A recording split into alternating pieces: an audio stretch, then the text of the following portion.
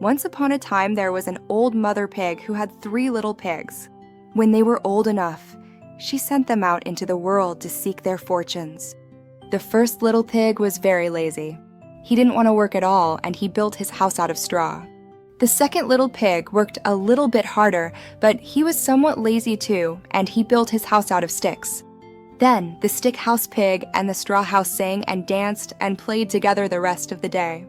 The third little pig worked hard all day and built his house with bricks. It was a sturdy house complete with a fine fireplace and chimney. It looked like it could withstand the strongest winds.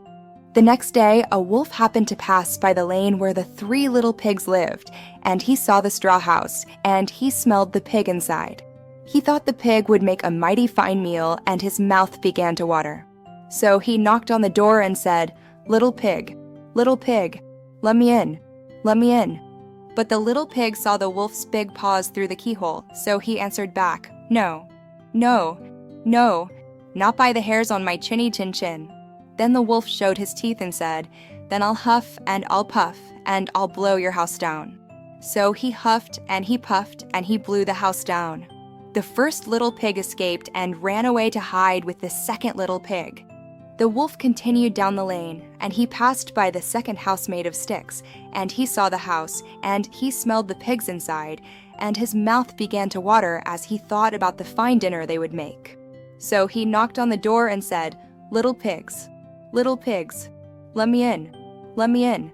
But the little pigs saw the wolf's pointy ears through the keyhole, so they answered back, "No, no, no, not by the hairs on our chinny chin chin."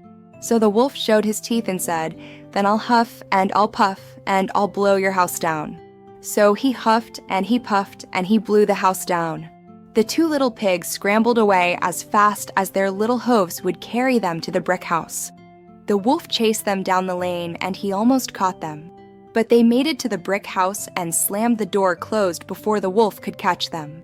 The 3 little pigs, they were very frightened. They knew the wolf wanted to eat them. So the wolf knocked on the door and said, little pigs, let me in, let me in."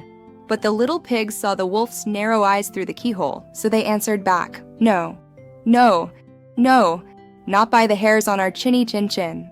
So the wolf showed his teeth and said, "Then I'll huff and I'll puff, and I'll blow your house down."